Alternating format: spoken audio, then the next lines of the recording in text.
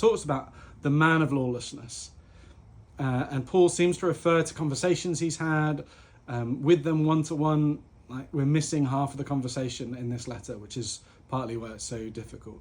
But it's clear that there is someone called the man of lawlessness who is coming, and who will claim to be God, who will take on the powers of God, and all sorts of things that it's difficult for us to understand what that's really going to mean. But one thing that's quite interesting is verse 6, which says, "And now you know what is holding him back, so that he may be revealed at the proper time."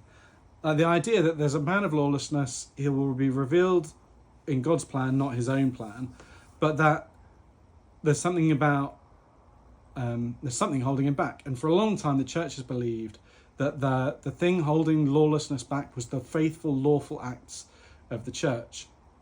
And because it's Remembrance this week, I was reminded of the story of Dietrich Bonhoeffer. He was a prominent Lutheran pastor and theologian, and he opposed Nazi ideology from really early on. He was a vocal critic of them, such that eventually his life became in danger, and he was sort of brought into the network of people who were working to undermine and ultimately assassinate Hitler, which they failed to do.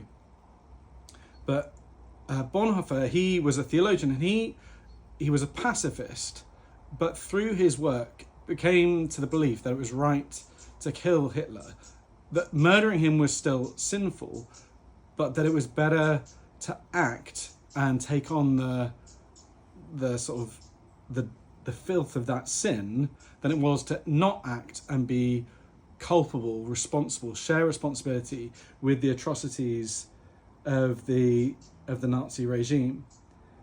And he reminds me of this, someone who's willing to stand up for the doctrines. He believed firmly in that Christ was coming, and that because Christ is coming, that the church today needs to act as if Christ has come. We need to live in the now and not yet, this idea that he developed, where we live in the penultimate age, bringing in the justice and the mercy that Jesus will bring ultimately to fulfillment on his return. And his conviction that Christ is coming led to him standing, in the difficult place of opposing a violent and oppressive regime.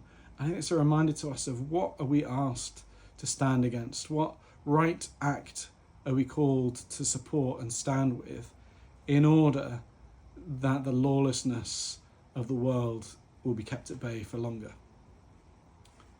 Thanks for coming. More tomorrow.